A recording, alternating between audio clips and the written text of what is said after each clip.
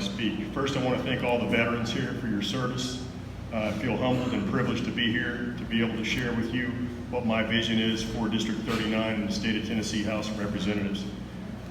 Give you a little bit about my background. My wife is up here on the right. She is extremely supportive of what I do, and without her, I wouldn't be able to do all the things that I do in life.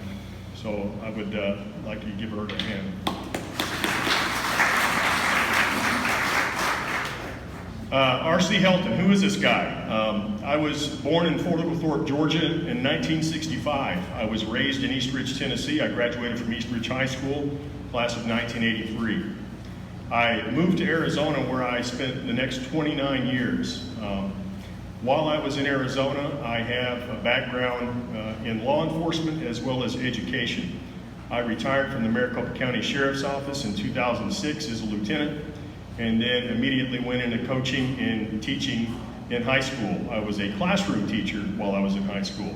A lot of times people associate a football coach as a PE guy. I actually taught curriculum in the classroom. I graded exams. I entered grades into the grading system. I am a teacher. So if I get off track, please rein me back in with just kind of a glance. One thing that is significant to me is, Mr. Sweeten alluded to it, was servant leadership. I've been described as a transformational leader and a servant leader throughout my years of service. I believe in the development of our youth, and that is part of the process as a classroom teacher as well as a football coach. Every day was a teachable moment for our youth to try to help develop the future leadership in our communities. And you might wonder, how did I get here today? My why with respect to this is somewhat counterintuitive to what most people would think. I was making approximately $70,000 a year as a teacher and a football coach. Parkland, Florida shooting happens. I begin to see the media backlash, attacking our president, attacking the law-abiding citizens in our country, attacking the NRA, attacking the Second Amendment. Instead of laying the responsibility at the feet of the perpetrator, the mass media has tried to lay it and deflect it to everyone else. And this is reflective of the political process. The political process in our country was described as a vision by Madison in Federalist Number 10. It is the notion of faction and factionalism. When we have a two-party system, we have seen that occur throughout history. This is not recent activity. But what we're at now is a crossroads in our country. We're in a crossroads of ideology and a conflicting ideology. One of what's called progressivism versus conservatism. And I fall on the conservative side of the spectrum, and I always will fall on the conservative side of the spectrum. I believe in three core principles for government. I believe in limited government, I believe in fiscal responsibility, and I believe in the preservation of individual liberty. I do not think people in Washington, D.C. need to tell me how to live my life in my house or my family. I believe that's up to the local government to be involved with our community. Just recently I had the opportunity to go to a local gubernatorial candidates meet and greet in the city of Winchester. And when I got there, I see everybody else mingling in the room, shaking hands, and I look immediately to my right, and I look over to the mayor of Franklin County, and he's seated next to the sheriff. I immediately walk over to them and began talking. Usually, the agencies in our government that are going to have the most contact with the citizens are the local agencies. I've experienced this year in my years of service with the Sheriff's Office. One of the things that I always remember Sheriff Joe Arpaio sharing with me, he goes, RC, he says, never forget who our boss is. He said, it's the people. He says, we serve the people. And when I look at, as a legislator, what my intention is, what I intend to do as a legislator is, one, this is my litmus test. One, is the anticipated action constitutional? Two, is it in the best interest of my constituents? If it doesn't pass those first two tests, It's not going to be on the table for me. I won't tolerate it. I'm going to let you know that as a legislator, if you choose to elect me, I'm an independent thinker. I will not be led around by anybody else. I will not be constrained by the party caucus. I will not answer to the party caucus. I will do what I believe is right with the convictions that exemplify the needs of the constituents, period. I've lived a life and a profession of dealing with confrontation and conflict. I'm not afraid to have conflict with somebody, and I don't seek approval. If I believe that it's right, and I know that it's right, that's what I'm going to do. And if I believe it's wrong, I'm not going to have some governor come in and tell me I got to vote a certain way. Because one thing, I'm not afraid of the governor. I'm not afraid of the party. I'm an independent thinker, and I won't be led around by the nose by anybody else in the caucus. So you can understand that if you elect me, you're going to have an independent thinker and somebody that has an assertive personality. I've dealt with the same thing as a football coach. Football coaches deal with conflict all the time. Usually when you're winning, people love you, and when you're losing, people hate you. So that's just a reality in the job. I want to give you a little data here. This came out of the 2017-2018 budget in Tennessee. This is a pie chart, and it shows where your state tax dollars go. 42 cents of every dollar goes to education. 10 cents of every dollar goes to law, safety, and corrections. Now, by my math, that's 52% of every dollar. 52% of every dollar, education, law and public safety, and corrections. I have 30 years experience in those two areas. It's not theory, it's not reading a book that somebody else wrote, it's not somebody or I got a friend that did this. I've been on the front lines in this occupational area. So I have experience, so I'm not going to have somebody to stand up and say I'm an expert in a committee hearing in the legislature and tell me how something happens in that arena, because I know how it happens. I've seen illegal immigration. I've seen the impact that it has in a community. I've seen the cartels and the danger that they pose to the communities. I've dealt with the cartels, the gangs. I've worked in the jails. I've worked in the courts. I've worked on the street. I've been in leadership positions most of my life. It's my hope that you're going to choose a leader for this position to go to Nashville to represent your interests. It's my hope that you're going to be looking at someone who understands the dynamics of a negotiation and knows how to negotiate when lives are on the line, if need be, because I've been in that situation before too. Sheriff Joe Arpaio taught me many lessons.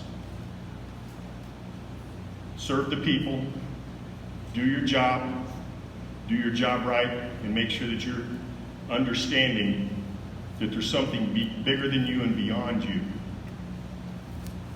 This is a life of service. This is what it should be for everybody. I will not take pharmaceutical lobbyist money. I believe there's a pharmaceutical cartel that's been feeding our citizens poisons for years. Heart attack, stroke, blindness, death. The central government has the EPA. The central government has the U.S. Food and Drug Administration. People have died waiting for a cure for something that possibly an alternative therapy may have taken, but the pharmaceutical lobby kept it out of the pipeline. We all know people or know someone who suffered medically. At the age of 40, I want to talk about resilience and overcoming obstacles. At the age of 40, God struck me down to my knees and I had a stroke. Lost complete feeling in my arm, couldn't say words.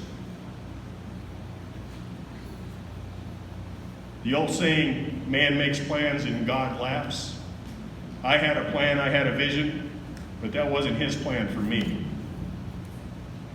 I believe I'm where I'm at right now because I was meant to be here. I'm not doing this for profit. I'm not doing this for affiliation. I'm not doing this to enrich myself. I'm doing this to help make an improvement in Tennessee. Tennessee is one of the greatest states in the nation. Tax burden wise, we have one of the lowest tax burdens in the United States, but we can do better. On the 2017-18 budget, this gas tax was passed. The gas tax was passed when there was a $2 billion surplus prior to its passage. That is a fact. They tried to sell it as a tax cut. That's called a shell game. And that's a shell game where the people were deceived. That gas tax needs to be cut in half. Right now, the U.S. Supreme Court came down with a 5-4 decision that internet sales can be taxed. That is a projected windfall of $450 million in the future. So let's take the money and cut the gas tax to offset what's going to be gained through that taxation. Goods and services are moved with gas-operated vehicles. That increases inflation on those goods and services. When we can cut that back, and yes, I know the majority of goods and products are moved through diesel, through 18-wheelers. But when you have $183 million being generated and you're going to have an additional $450 come in, let's offset that and do the calculations and get the gas tax cut back in half, and then hopefully get that thing completely down to less than 10 cents a gallon. That's the ultimate goal for that. Let's talk about our schools. Let's talk about securing our schools. Who might be an expert at that? There's a lot of people out here purporting to be experts. I've been in a classroom for 12 years. Before that, I was a SWAT team commander in the 4th largest sheriff's office in the United States. It was one of the highest rated SWAT teams in the U.S. at the time. It was a full-time SWAT team. If you know anybody in the law enforcement arena, ask them what that means when there's a full-time team. It was in a county with 4.1 million people in it. You could put 12 Shelby counties inside Maricopa County. Huge influx of cartels across the board. It's a border state. It's a violent state. It's a high crime rate state. I was a firearms instructor, a police firearms instructor, an advanced tactics firearms instructor. 2002, I was on the leading edge at ILFE with active shooter training, because prior to that it was, let's create a perimeter and call SWAT. Well, now we've got to get in and get into the crisis, because we got children being killed in the building in a gun-free zone. There's not supposed to be any guns in there. So that was a law that was ineffective. Second Amendment. I'm a very stark supporter of the Second Amendment. But if you look at the Second Amendment and you look at able-bodied person, physiologically, if someone doesn't have the mental capacity to have a firearm or own it, or they have been diagnosed as having a severe disorder, that's a different issue. They don't meet the criteria of a militia. They don't meet the criteria of an able-bodied person, because physiologically, they may not have the mental faculties. And I've talked to some law enforcement personnel just recently who have concerns regarding the mental health commitments and those people getting out and having access to firearms. That's something that we need to look at as a community, as a legislature, and we need to remedy it. Understand, every time government gets involved in making a law, you deal with consequences of government making a law, just like the opioid epidemic. While most of the opioid addiction is related to people who are already on drugs, when you tell a doctor that they shall prescribe something through a pipeline to serve profitability, and then you deal with the repercussions of addiction, go back to the root of that. That was part and parcel because somebody wanted to tamper with the law in someone's field of expertise that didn't have the expertise. I got a lot more to share. If you've got anything you want to ask me after this event's over, I'll stay as long as you want. I want to meet everybody I can meet. I want to hear your concerns and what your aspirations are for the state of Tennessee. And I would appreciate you considering voting for me August 2nd. District 39, State House of Representatives.